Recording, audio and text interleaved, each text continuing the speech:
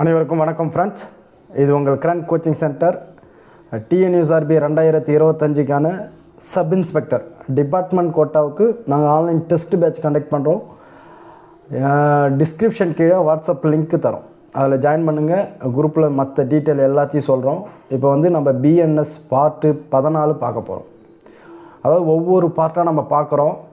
அதில் இப்போ நம்ம பார்க்க போகிற இயல் வந்து 14. அதுக்கு முன்னாடி எங்களுடைய சேனலை நீங்கள் சப்ஸ்கிரைப் பண்ணலைன்னா சப்ஸ்கிரைப் பண்ணுங்கள், லைக் பண்ணுங்கள், உங்கள் ஃப்ரெண்ட்ஸுக்கு யாரா ஷேர் பண்ணுங்கள். இயல் 14 என்ன சொல்லுதுன்னா, பொய் சாட்சியமும் பொது நீதிக்கு விரோதமான குற்றங்கள் பற்றியது. பொய் சாட்சியம் பொது நீதிக்கு விரோதமான குற்றங்கள் பற்றியது. செக்ஷன் பாருங்கள், 227லேருந்து 269 வரைக்கும்.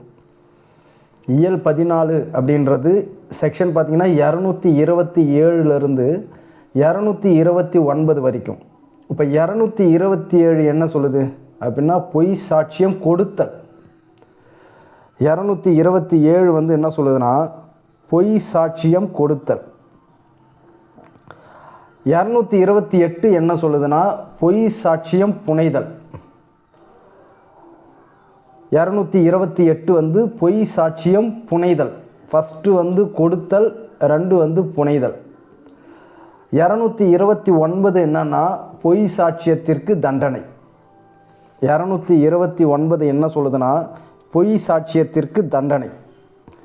அதாவது பொய் சாட்சியம் தருகிற அல்லது கொடுக்கிறவர் யாராக இருந்தாலும் சரிதான், 7 இயர்ஸ் 7 வருஷம் தண்டனையும் 10,000 ரூபா ஃபைன்.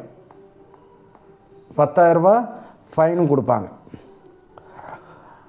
230 பாருங்கள், மரண தண்டனையை முயன்று ஒருவருக்கு வாங்கி தரும் உட்கருத்தோடு பொய் சாட்சியம் தருதல் அல்லது புனைதல்.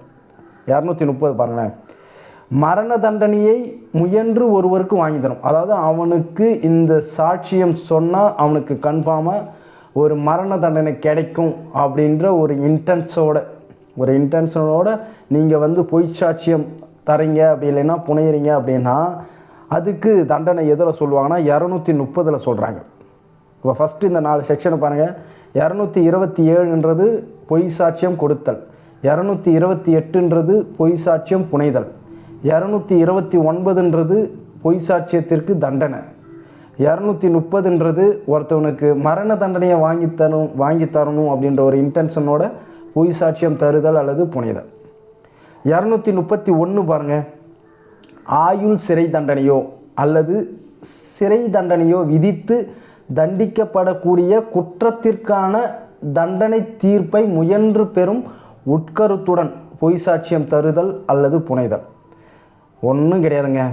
நாம் ஒரு பொய் சாட்சியம், இப்போ நீங்கள் ஒரு பொய் சாட்சியம் சொல்கிறீங்க, அதனால் அவனுக்கு கண்டிப்பாக ஆயுள் சிறை தண்டனை கிடைக்கும், இல்லைன்னா சிறை தண்டனை கண்டிப்பாக கிடைக்கும்.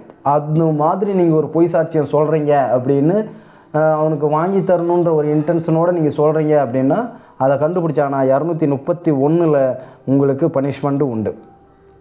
மேக்ஸிமம் 230க்கு பாருங்கள். 230க்கு என்னன்னா, அதுக்கு பனிஷ்மெண்ட் வந்து ஆயுள் 10 இயர்ஸ், ஆயுள் டு 10 இயர்ஸ் வரைக்கும் தண்டனை கொடுப்பாங்க. ஃபைன் பார்த்தீங்கன்னா 50,000 கொடுப்பாங்க. ஃபைன் வந்து 50,000. இதே நீ வந்து ஒரு 231 ஒரு ஆயுள் சிறையோ இல்லை சிறை தண்டனையோ அப்படின்ற வாங்கி தரணும் அப்படின்ற ஒரு இன்டென்ஷனோட நீ பொய் சாட்சியம் சொன்னீங்கன்னா அது வந்து உங்களுக்கு வந்து ஆயுள்லேருந்து 7 இயர்ஸ் வரைக்கும் உங்களுக்கு வந்து தண்டிக்கப்படக்கூடிய குற்றமாக இருக்கணும். அப்படி அவர் நீங்கள் சொன்ன இந்த பொய்யினால் அவருக்கு வந்து தண்டனை கிடைச்சிருச்சுன்னா சேம் அவர் என்ன தண்டனை அனுபவிக்கிறாரோ அதை நீங்கள் சேமாக அனுபவிக்கணும். கிடைச்சா, ஆனால் கிடைக்கல அப்படின்னா உங்களுக்கு இதில் அடங்கும். மரண தண்டனையும் அப்படி தான். அது 232 பாருங்கள், பொய் சாட்சியம் அளிக்க சொல்லி ஒருவரை மிரட்டுதல் அல்லது தூண்டுதல். 232 என்ன சொல்லுதுன்னா, பொய் சாட்சியம் அளிக்க சொல்லி ஒருவரை மிரட்டுறீங்க, அப்படி இல்லைன்னா அவங்கள தூண்டுறீங்க, அப்படி சொன்னால் அது வந்து 232 குற்றம்.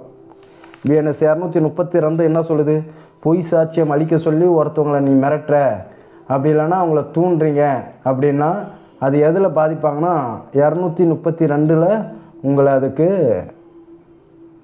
பாதிப்பாகும். 233 என்ன சொல்லுதுன்னா பொய் அப்படின்னு தெரிஞ்சே எவிடன்ஸாக பயன்படுத்துறது. அது பொய்ன்னு தெரிஞ்சே நீங்கள் அதை வந்து எவிடன்ஸாக பயன்படுத்தினா அது வந்து என்னது 233 பாதிப்பு. 233 பாதிப்பு. பொய்ன்னு தெரிஞ்சே அந்த எவிடன்ஸாக பயன்படுத்துறது எது? 233 பாதிப்பு. 234 என்ன சொல்லுது? பொய்யான ஒரு டாக்குமெண்ட்டை அழிக்க சொல்லி அப்படி இல்லைன்னா அதுக்கு கையொப்பம் சைன் போட்டால் அது தப்புன்னு சொல்லுது. 234 என்ன சொல்லுதுன்னா ஒரு ஃபேக்கான டாக்குமெண்ட்டோ இல்லைன்னா அந்த டாக்குமெண்ட்டில் ஃபேக்காக கையெழுத்து போடுறதோ சைன் பண்ணுறதோ அது தப்புன்னு சொல்கிறது 234. இதெல்லாம் ஒன்றும் அவ்வளோ ப்ரீஃபாக கிடையாது. இது 234 இது உங்களுக்கு தெரியணும், அவ்வளோதான். அப்போ 234ன்றது என்னது? ஒரு ஃபேக்கான டாக்குமெண்ட் கொடுக்குறதோ அப்படி இல்லைன்னா அந்த டாக்குமெண்ட்டில் சைன் பண்ணுறதோ என்னது 234 தப்பு. 235 என்ன சொல்லுதுன்னா பொய்யானதுன்னு தெரிந்த ஒரு சான்றிதழை ஒரு சர்டிஃபிகேட்டை அதை வந்து உண்மை போல் பயன்படுத்துதல். ஒரு சர்டிஃபிகேட் இப்போ நிறைய பேர் வந்து ஸ்கூல் சர்டிஃபிகேட் எல்லாமே வந்து அதுமாரி தானே ஃபேக்காக இவங்களே ரெடி பண்ணிக்கிறாங்க. ரெடி பண்ணி அதை வந்து நிறைய இடத்துல கொடுக்குறாங்களே. இப்போ நிறைய பேர் டிஎன்பிசியில் போனவங்க எல்லாருமே ஃபேக்கான சர்டிஃபிகேட்டை கொடுத்து தானே வேலைக்கு ஜாயின் பண்ணி அதுக்கப்புறம் கண்டுபிடிச்சி அவங்களுக்கு தண்டனை கொடுக்குறாங்க. இப்போ அது மாதிரி கண்டுபிடிச்சாங்கன்னா பிஎன்எஸ் 235 அவங்களுக்கு தண்டனை கொடுப்பாங்க. பொய்யானதுன்னு தெரிஞ்ச ஒரு சர்டிஃபிகேட்டை உண்மை போல் யூஸ் பண்ணுறது அது எது? 235. 236 என்ன சொல்லுதுன்னா சட்டப்படி சாட்சியமாக பெற்றுக்கொள்ளும் வாக்குமூலத்தில் பொய் வாக்குமூலம் அளித்தல். இதுதான் 236. சட்டப்படி சாட்சியமாக பெற்றுக்கொள்ளும் வாக்குமூலத்தில் சட்டப்படி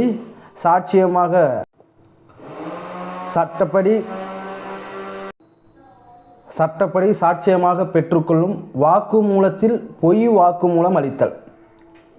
அவர் தான் வாக்குமூலம் கொடுக்கணும், ஆனால் அவர் பொய்யான வாக்குமூலமாக கொடுக்குறார். ஏன்னா அவர் தான் வந்து ஹை விட்னஸே. அவருடைய வாக்குமூலம் எப்படி இருக்கணும்? உண்மையாக இருக்கணும். ஆனால் அவர் வந்து பொய்யான வாக்குமூலம் கொடுத்தாரு அப்படின்னா 236 பாதிப்பாகும்.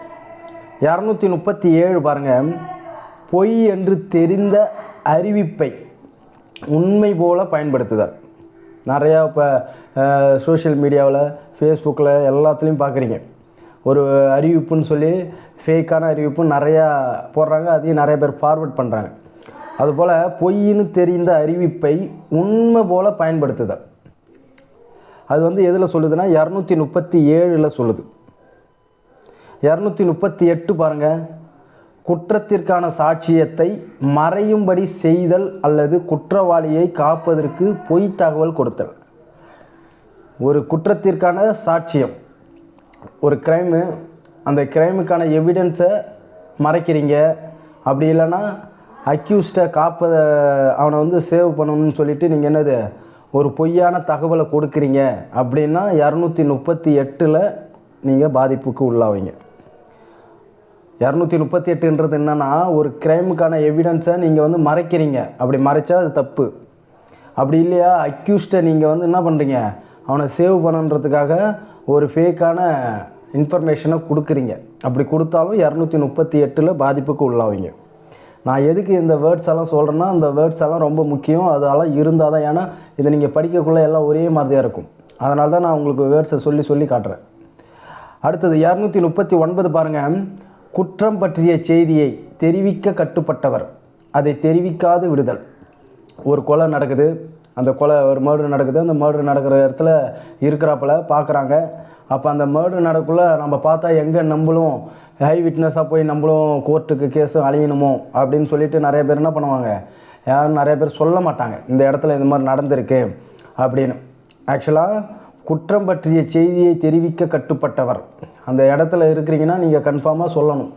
அப்படி தெரிவிக்காது விடுதல் அதை பற்றி சொல்கிறது எது? 239. ஒரு க்ரைம் நடக்குதுன்னா அந்த நியூஸை சொல்லணும். அப்படி சொல்லாமல் விட்டாலும் தப்பு. 240 பாருங்கள். செய்யப்பட்ட ஒரு குற்றத்தை பற்றிய பொய்யான தகவலை தருதல். செய்யப்பட்ட ஒரு குற்றம்னா ஒரு கொலை நடந்துருச்சு. ஒரு கொலையை பண்ணது உனக்கு தெரியும், ஆனால் ஆளை வேற ஆளை காட்டுற, இவன் தான் இந்த கொலையை பண்ணான்னு. அப்படி ஒரு செய்யப்பட்ட குற்றத்தை பற்றி பொய்யான தகவலை தந்தாலும் அது உங்களை பாதிக்கும். 240. அப்போ 240 என்ன சொல்லுது? செய்யப்பட்ட ஒரு குற்றத்தை பற்றி பொய்யான தகவலை தர்றது தான் 240. 241 பாருங்கள்.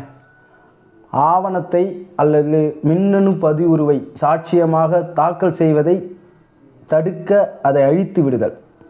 ஒரு டாக்குமெண்ட்டோ அப்படி இல்லைனா ஒரு வீடியோ ரெக்கார்டையோ அதுதான் எவிடன்ஸாக தாக்கல் பண்ணணும். அதை தாக்கல் பண்ணாமல் நீங்கள் என்ன பண்ணுறீங்க? அதை அழிச்சிடுறீங்க, இல்லைனா அதை தடுக்கிறீங்க. அப்படின்னா 241 BNSல நீங்கள் தண்டிக்கப்படுவீங்க. அப்போ BNS 241 என்ன சொல்லுதுன்னா, ஒரு டாக்குமெண்ட்டையோ இல்லைனா ஒரு வீடியோ ரெக்கார்டையோ அதான் எவிடன்ஸாக பயன்படுத்தணும். அதுதான் கோர்ட்டில் தாக்கல் பண்ண போகிறாங்க. அதை கோர்ட்டோ இல்லை ஸ்டேஷன்லையோ தாக்கல் பண்ண போகிறத அதை நீங்கள் வர்றதை தடுக்கிறீங்க, அப்படி இல்லைனா அழிச்சிடுறீங்க. அப்படின்னா 241 நீங்கள் அதுக்கு தண்டனைக்கு உரியவராகுங்க.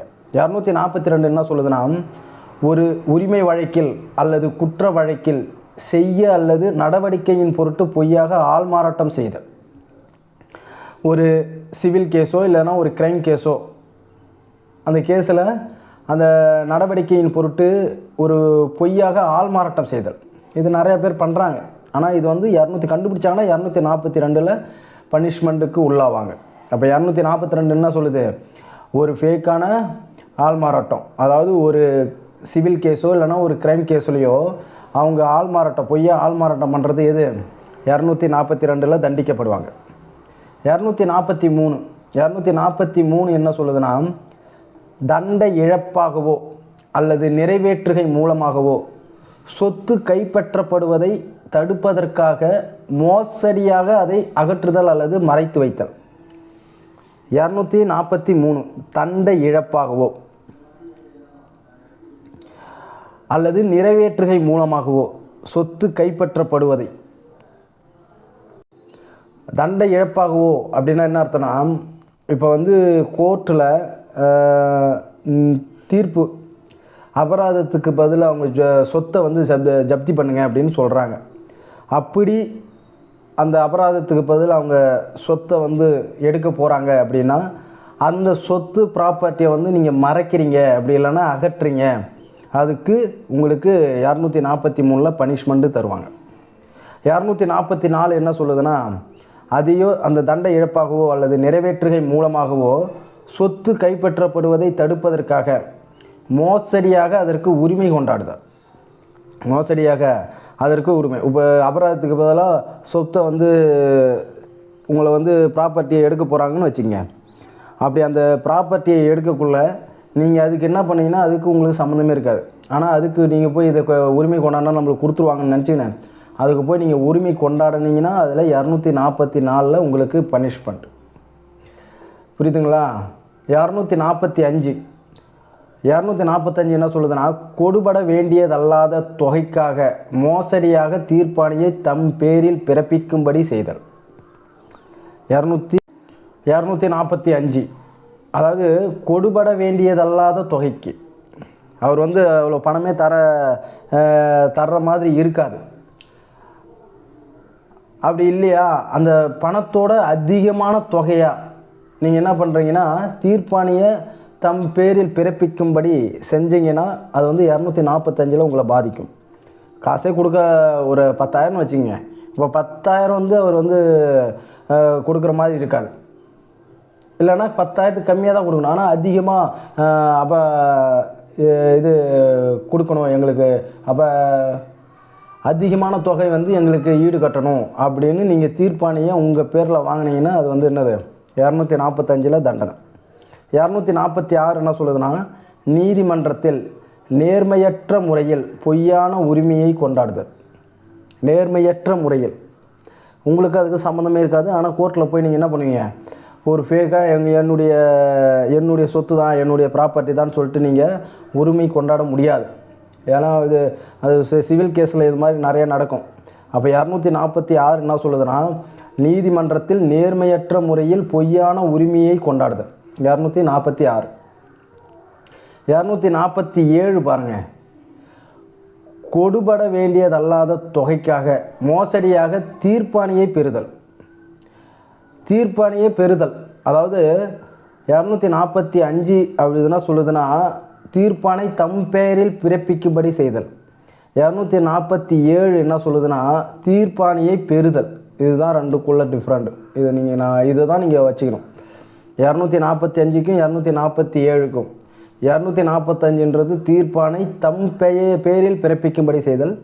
247ன்றது தீர்ப்பாணியை பெறுதல். 248 என்ன சொல்லுதுன்னா கேடு செய்யும் எண்ணத்துடன் பொய்யான குற்றஞ்சாட்டுதல். கேடு செய்யும் எண்ணத்துடன், அதான் 248. கேடு செய்யும் எண்ணத்துடன் பொய்யான குற்றம் சாட்டுதல். ஒருத்தவனுக்கு கேடு செய்யணும் அப்படின்ற ஒரு இன்டென்ஷனோட அவங்க மீது ஒரு பொய்யா ஒரு கேஸ் கொடுக்குறாங்க, இல்லை அவங்களுடைய அவருக்கு எதிராக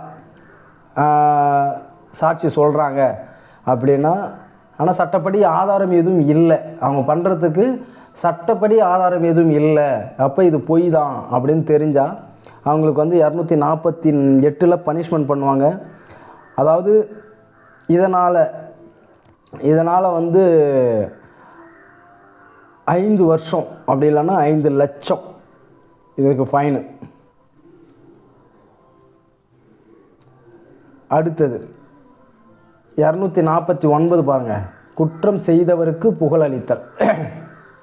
249 குற்றம் செய்தவருக்கு புகழளித்தல். இது நிறைய பார்க்குறோம். அப்போ 249 என்ன சொல்லுதுன்னா குற்றம் செய்தவருக்கு புகழளித்தல். யாருன்னா ஒரு மர்டர் பண்ணிட்டு வந்துட்டான், இல்லை திருடின்னு வந்துட்டான், இல்லை ஏதோ பண்ணிட்டு வந்துட்டான், அப்போ அது மாதிரி அவன் சட்டத்துக்கு விரோதமாக ஏதோ செஞ்சுட்டு வந்துட்டான் அப்படின்னு நீங்கள் அவனுக்கு இடம் கொடுத்தீங்கன்னா 249க்கு உங்களுக்கு செக்ஷன் போடுவாங்க. ஆக்சுவலாக இது வந்து கணவன் மனைவிக்கு பொருந்தாது. கணவன் மனைவிக்கு இது பொருந்தாது. ஏன்னா அவங்க தான் சேவ். கணவன் மனைவி இவங்க தான் சேவ் பண்ணணும். அடுத்தது 250 பாருங்கள், ஒரு குற்றம் செய்தவரை தண்டனையிலிருந்து காப்பதற்கு கொடை முதலியன பெறுதல். ஒரு குற்றம் செய்தவரை தண்டனையிலிருந்து காப்பதற்கு, இதெல்லாம் மேக்சிமம் வக்கீல்ஸ் நிறையா பேர் பண்ணுறாங்க. அப்போ இது வந்து அது மாதிரி கொடை இதெல்லாம் வாங்கினாங்க அப்படின்னா பிஎன்எஸ் 250 பாதிப்புக்குள்ளாகும். ஒரு குற்றம் செய்தவரை தண்டனையிலிருந்து காப்பதற்கு கொடை முதலியன பெறுதல். 251 குற்றம் செய்தவரை காப்பதற்கு மறுபயனாக கொடையளித்தல். இப்போ என் பையன் வந்து ஒரு பெரிய மர்டர் பண்ணிட்டான், அப்போ என்னது அவனை காப்பாற்றிட்டீங்க, அப்போ என்னது அதுக்கு நான் வந்து உங்களுக்கு எதனா ஒரு கிஃப்ட் மாதிரி எதனா கொடுத்தேன், இல்லைன்னா ப்ராப்பர்ட்டியை கொடுத்தேன் அப்படின்னா 251 பாதிப்புள்ளாம். குற்றம் செய்தவரை காப்பதற்கு 250க்கு 251க்கும் பாருங்கள். 251 எதெல்லாம் ஒரு கிரைம் கேஸ் பண்ணிட்டு வந்துட்டான் அப்படின்னா அவனை காப்பதற்கு கொடை முதலியான பெறுதல். இதே 251 என்ன சொல்லுதுன்னா அந்த கிரைம் பண்ணவனை வந்து மறுபயனாக, இதுதான் தேவை, மறுபயனாக கொடையளித்தல் அல்லது சொத்தை திரும்ப ஒப்படைத்தல். 252 திருட்டு சொத்து முதலியவற்றை திரும்ப பெற உதவுவதற்காக கொடை பெறுதல். இதில் 252 இந்த திருட்டு சொத்து இந்த வார்த்தை இருக்கணும். 252 இந்த திருட்டு சொத்து முதலியவற்றை திரும்ப பெற உதவுவதற்காக கொடை பெறுதல். 253 பாருங்கள், காவலில் இருந்து தப்பிவிட்ட அல்லது கைது செய்ய கட்டளையிடப்படுகிற குற்றவாளிக்கு புகழளித்தல். குற்றவாளிக்கு புகழளித்தல் அதாவது இப்போ ஸ்டேஷனோ இல்லை ஜெயிலேருந்து தப்பிவிட்ட அல்லது கைது செய்ய கட்டளை வாரண்ட்டு, அவன் மேலே வாரண்ட் இருக்குது, அப்போ வாரண்ட்டு இருந்தும் அந்த அக்யூஸ்டுக்கு வந்து புகழ் அளித்தா அது வந்து 253.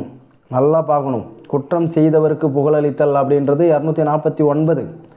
253 ஒன்றும் கிடையாது. ஆல்ரெடி அவன் வந்து கஸ்டடியில் இருக்கிறான். அப்படி இல்லையா அவனை வந்து வாரண்ட்டு போட்டுருக்குறாங்க, அப்படி அந்த அக்யூஸ்டுக்கு நீங்கள் புகழளித்தா அது தப்புன்னு சொல்கிறது 253.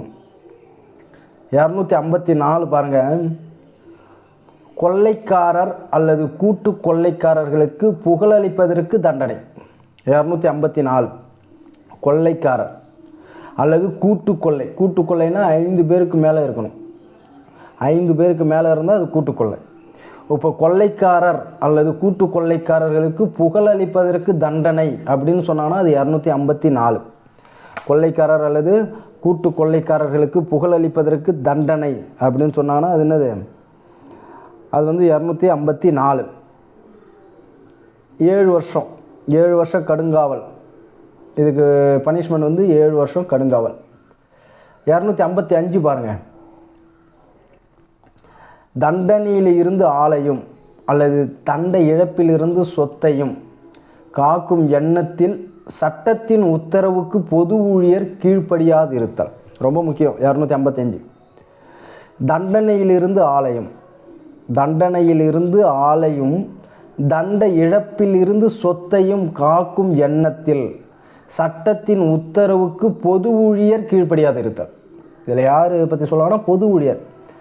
அவனை ஆளை காப்பாற்றணும், இல்லைன்னா ப்ராப்பர்ட்டியை சேவ் பண்ணணும் அப்படின்ற ஒரு இன்டென்ஷனோடு அவன் என்ன பண்ணுறான், கவர்மெண்ட்டுக்கு எகென்ஸ்டாக ஒரு பப்ளிக் சர்வெண்ட்டு வேலை பண்ணான்னா அது வந்து 255 தண்டனைக்கு உள்ளாவாப்பில். 256 அதே சேம் தான். தண்டனையிலிருந்து ஆளையும் தண்ட இழப்பிலிருந்து சொத்தையும் காக்கும் எண்ணத்தில் பொது ஊழியர் சரியானதல்லாத பதிவை அல்லது எழுத்தை வணைதல். ரெக்கார்ட்ஸ் எல்லாம் இந்த மாதிரி அவனை ஆளை காக்கணும், இல்லைனா ப்ராப்பர்ட்டியை சேவ் பண்ணணுன்ற ஒரு இன்டென்ஷனோட பப்ளிக் என்ன பண்ணுறாங்க, ஒரு பப்ளிக் சர்வெண்ட் வந்து பொய்யான ஃபேக்கான ஒரு டாக்குமெண்ட்டை ரெடி பண்ணி கொடுத்தாங்கன்னா அது வந்து 256 பாதிப்புக்குள்ளவாங்க. 257 என்ன சொல்லுதுன்னா, பொது ஊழியர் நீதிமுறை நடவடிக்கையில் சட்டத்திற்கு முரணான அறிக்கை முதலியவற்றை நெறிகேடான முறையில் செய்தல். 257 சட்டத்திற்கு முரணான அறிக்கை, அதுதான் அங்கே முக்கியம். பொது ஊழியர் நீதிமுறை நடவடிக்கையில் ஜுடிஷியல் ப்ரொசீடிங், ஒரு ஜுடிஷியல் ப்ரொசீடிங் அந்த இது பண்ணுறாங்கன்னு வச்சுங்க, அதில் வந்து ஒரு ரிப்போர்ட்டை வந்து ஃபேக்காக பண்ணுறார், நெறிகேடான முறையில் செய்தல். இது வந்து எது சொல்லுதுன்னா 257. 257னா ஒன்றும் கிடையாதுங்க, ஒரு அந்த ஜுடிஷியல் சம்பந்தமான ஒரு ப்ரொசீடிங் இருக்குன்னா அது வந்து அந்த ரிப்போர்ட்டை வந்து ஒரு தவறான முறையில் செஞ்சால் அது வந்து 257 பாதிப்புள்ளாகும். ஏன்னா ஜுடிஷியல் நீதிமுறை நடவடிக்கையெல்லாம் ரொம்ப கொஞ்சம் அது சரியாக பார்க்கணும். 258 பாருங்கள். அதிகாரம் பெற்ற ஒருவர் சட்டத்திற்கு முரணாக தான் நடப்பதை தெரிந்தே ஒருவரை மேல் விசாரணைக்கு அனுப்புதல் அல்லது அடைத்து வைத்தல். அதிகாரம் பெற்ற ஒருவர் சட்டத்திற்கு முரணாக தான் நடப்பதை தெரிந்தே ஒருவரை மேல் விசாரணைக்கு அனுப்புதல் அல்லது அடைத்து வைத்தல். இதெல்லாம் வந்து என்னது, ஜுடிஷியலை பற்றி சொல்கிறாங்க. அதிகாரம் பெற்ற ஒருவர் யார் அனுப்புவாங்க, அவங்க தான் அனுப்புவாங்க. சட்டத்திற்கு முரணாக தான் நடப்பதை தெரிந்தே ஒருவரை மேல் விசாரணைக்கு அனுப்புதல் அல்லது அடைத்து வைத்தல். இது சொல்கிறது எதுனா 258. 259 என்ன சொல்லுதுன்னா, கைது செய்ய கட்டுப்பட்டுள்ள பொது ஊழியர் வேண்டுமென்றே கைது செய்யாது விடுதல். 259 கேட்பாங்க, அடிக்கடி கேட்டுருக்காங்க. அதாவது ஒரு இன்ஸ்பெக்டர் போகிறாரு, அவர் என்ன பண்ணுறாரு, அவனை பார்த்துட்டு கைது செய்யாமல் விட்டுறாரு. அப்படி கைது செய்யாமல் விட்டு அதுக்கு எதனா வந்து ரிப்போர்ட் ஆச்சுன்னா 250 அவரை வந்து அரெஸ்ட் பண்ணுவாங்க. கைது செய்ய கட்டுப்பட்டுள்ள பொது ஊழியர் வேண்டுமென்றே கைது செய்யாது விடுதல். 259. 260 பாருங்க. தீர்ப்பு தண்டனைக்கு அல்லது சட்டப்படி மேல் விசாரணைக்கு அனுப்புதலுக்குட்பட்ட ஆளை கைது செய்ய கட்டுப்பட்ட பொது ஊழியர் வேண்டுமென்று கைது செய்யாது விடுதல். 259 என்ன சொல்லுதுன்னா, கைது செய்ய கட்டுப்பட்டுள்ள பொது ஊழியர் வேண்டுமென்று கைது செய்யாது விடுதல், அவ்வளோதான். ஆனால் 260 என்ன சொல்லுதுன்னா, தீர்ப்பு தண்டனைக்கு அல்லது சட்டப்படி மேல் விசாரணைக்கு அனுப்புதலுக்கு உட்பட்ட கைது செய்ய கட்டுப்பட்ட பொது ஊழியர் வேண்டுமென்று கைது செய்யாது விடுதல். ரிலேஷன்ஷிப்பெல்லாம் தான் இதுமாரி மேக்ஸிமம் பண்ணுவாங்க. அது மாதிரி ஒரு கமிட்டடில் இருந்தாங்கன்னா அந்த 260 பாதிப்புக்குள்ளாவாங்க. 261 அடைத்து வைக்கப்பட்டதிலிருந்து பொது ஊழியர் தமது கவனமற்ற செய்கையால் தப்பிச் செல்ல விடுதல். ஒரு லாக்அப், நிறைய பேர் எஸ்கேப் ஆகிறாங்க, ஜெயிலிருந்து தப்பிக்கிறாங்க. அது மாதிரி அடைத்து வைக்கப்பட்டதிலிருந்து பொது ஊழியர் தமது கவனமற்ற செய்கையால் தப்பிச் செல்ல விடுதல் 261. அது மாதிரி ஒரு லாக்கப்பில் இருந்தோ இல்லை ஒரு ஜெயிலில் இருந்தோ தப்பிச்சிட்டான் அப்படின்னா, அப்போ இது மாதிரி தப்பிச்சுட்டு நீங்கள் அசால்ட்டு, உங்களுடைய அசால்ட்டு தானே அது மாதிரி தப்பிச்சு போயிட்டானா உங்களுக்கு 2 இயர்ஸ் என்னது தண்டிக்கப்படுங்க. போலீஸெல்லாம் மேக்ஸிமம் இந்த செக்ஷனை தெரிஞ்சு வச்சுக்கணும். அப்போ நாம் ஒரு இதில் இருக்கிறோம், அப்போ அடைத்து வைக்கப்பட்டதுலேருந்து ஒரு பொது ஊழியர் தமது கவனமற்ற செய்கையால் தப்பி செல்ல விடுதல். அது மாதிரி போயிட்டானா அவ்வளோதான். ஒரு எஸ்கார்டு போகிறீங்க, இல்லைனா இப்போ லாக்கப்பில் வச்சுருக்கிறீங்க, ஸ்டேஷன்லேருந்து தப்பி வர்றான், இல்லை ஜெயிலேருந்து தப்பி வர்றான், அது மாதிரி உங்கள் அசால்ட்டு தனத்தினால போயிடுச்சுன்னா உங்களுக்கு 2 வருஷம் ஜெயில் தண்டனை. 262 பாருங்கள். தம்மை சட்டப்பூர்வமாக கைது செய்வதை ஒருவர் எதிர்த்தல் அல்லது தடுத்தல். தம்மை சட்டப்பூர்வமாக கைது செய்தல் 262 என்ன சொல்லுது பாருங்கள். தம்மை சட்டப்பூர்வமாக ஆக்ஷன் எடுக்க போகிறாங்க, அவங்கள அரெஸ்ட் பண்ணுறாங்க. அப்படி ஒருத்தன் போய் அதை எதுக்குறான், அப்படி இல்லைனா தடுக்கிறான், எப்படி அந்த ரிலேஷன்ஷிப்பில் இருக்கிறவங்களாம் அதை பண்ணுவான். அது மாதிரி பண்ணாங்கன்னா 262 அவங்கள பாதிக்கும். 263 பாருங்கள். வேறு ஒரு நபரை சட்டப்பூர்வமாக கைது செய்வதை எதிர்த்தல் அல்லது தடுத்தல். நல்லா ஞாபகம் வச்சுங்க. 262ன்றது தம்மை, 263ன்றது வேறு ஒரு நபரை. இதுதான் வித்தியாசம். அப்போ 262ன்றது தம்மைன்ற வார்த்தை இருக்கணும், 263ன்றது வேறு ஒரு நபரே அப்படின்ற வார்த்தை இருக்கணும். அது இருந்தால் அவ்வளோதான். 264 வகை செய்யப்படாத சந்தர்ப்பங்களில் பொது ஊழியர் கைது செய்யாது விடுத்தல் அல்லது தப்பிச் செல்ல இடம் கொடுத்தல்.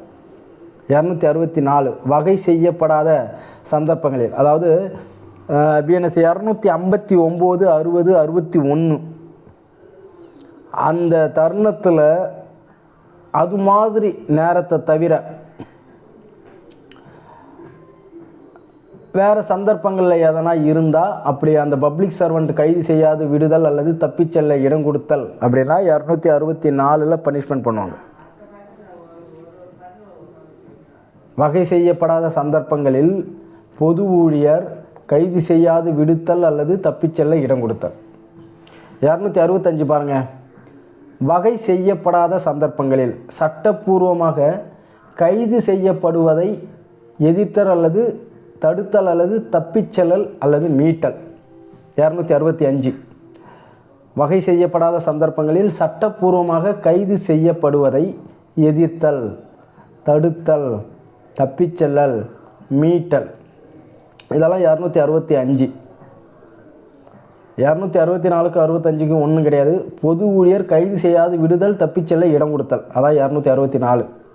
265ன்றது சட்டப்பூர்வமாக கைது செய்யப்படுவதை எதிர்த்தல் அல்லது தடுத்தல் அல்லது தப்பிச் செல்லல் அல்லது மீட்டல். இதெல்லாம் வந்துச்சுன்னா 265. 266 பாருங்கள். தண்டனை குறைப்பு நிபந்தனையை மீறுதல். 266 தண்டனை குறைப்பு நிபந்தனையை மீறுதல். 267 பாருங்கள். நீதிமன்றத்தை நடத்தும் பொது ஊழியரை உள்நோக்கத்துடன் நிந்தித்தல் அல்லது நீதிமன்ற நடவடிக்கையில் குறுக்கிடுதல். நீதிமன்றத்தை நடத்தும் பொது ஊழியரை உள்நோக்கத்துடன் நிந்தித்தல் அல்லது நீதிமன்ற நடவடிக்கையில் குறுக்கிடுதல், அதான் 267. அதான் கோர்ட்லலாம் போனீங்கன்னா ரொம்ப அமைதியாக இருக்கணும். அவங்கள நம்ம கேள்வி கேட்குறதோ இல்லை அவங்களுடைய இடையில நம்ம இஷ்டத்துக்குன்னு பேசலாம் அப்படின்னு இருக்கக்கூடாது. அது மாதிரி இருந்தீங்கன்னா 267 பாதிக்கப்படுவீங்க. 268 பாருங்கள். ஒரு சான்றாயராக அல்லது தீர்ப்புதவியாளராக ஆள்மாறாட்டம் செய்தல். 268 ஒரு பர்சனேஷன்ஸ் இல்லைனா ஒரு அசஸர், அது மாதிரி ஒரு சான்றாயராக அல்லது தீர்ப்பு உதவியாளராக ஆள்மாறாட்டம் செய்தல், இது ரொம்ப முக்கியம். இது எதில் வரணும்? 268. 269 பாருங்கள். பிணையில் அல்லது சொந்த பிணையில் விடுவிக்கப்பட்டிருக்கும் நபர் நீதிமன்றத்தில் தோன்றுவதற்கு தவறுதல், ரொம்ப முக்கியம். போகிறாங்க, பெயில் பாண்ட் வாங்குறாங்க, பெயிலில் ஷூரிட்டி 2 ஷூரிட்டி வாங்கி வெளில விடுறாங்க. அது மாதிரி சில டைமில் அவங்களே சொந்தமாக மேஜிஸ்ட்ரேட்டு நிறைய பேர் விட்ருவாங்க, இப்போ படிக்கிறான் அப்படின்னு. அவங்க வந்து ஒரு டேட்டு சொல்லுவாங்க, அந்த டேட்டில் வந்து கோர்ட்டுக்கு வந்து ஆஜராகணும். அப்படி அந்த நபர் நீதிமன்றத்தில் தோன்றுவதற்கு தவறிட்டால் அவருக்கு 269 பிரகாரம் என்னது பனிஷ்மெண்ட் கிடைக்கும். 1 இயர் பனிஷ்மெண்ட் கிடைக்கும். அதுமாரி தோன்றுட்டா 1 இயர் பனிஷ்மெண்ட் கிடைக்கும். ஓகே, எங்களுடைய சேனலை பார்த்ததுக்கு மிக்க நன்றி. இதை திரும்ப திரும்ப பாருங்கள், கண்டிப்பாக உங்களுக்கு புரியும். உங்கள் ஃப்ரெண்ட்ஸுக்கு ஷேர் பண்ணுங்கள். எங்களுடைய சேனலை சப்ஸ்கிரைப் பண்ணுங்கள். தேங்க்யூ.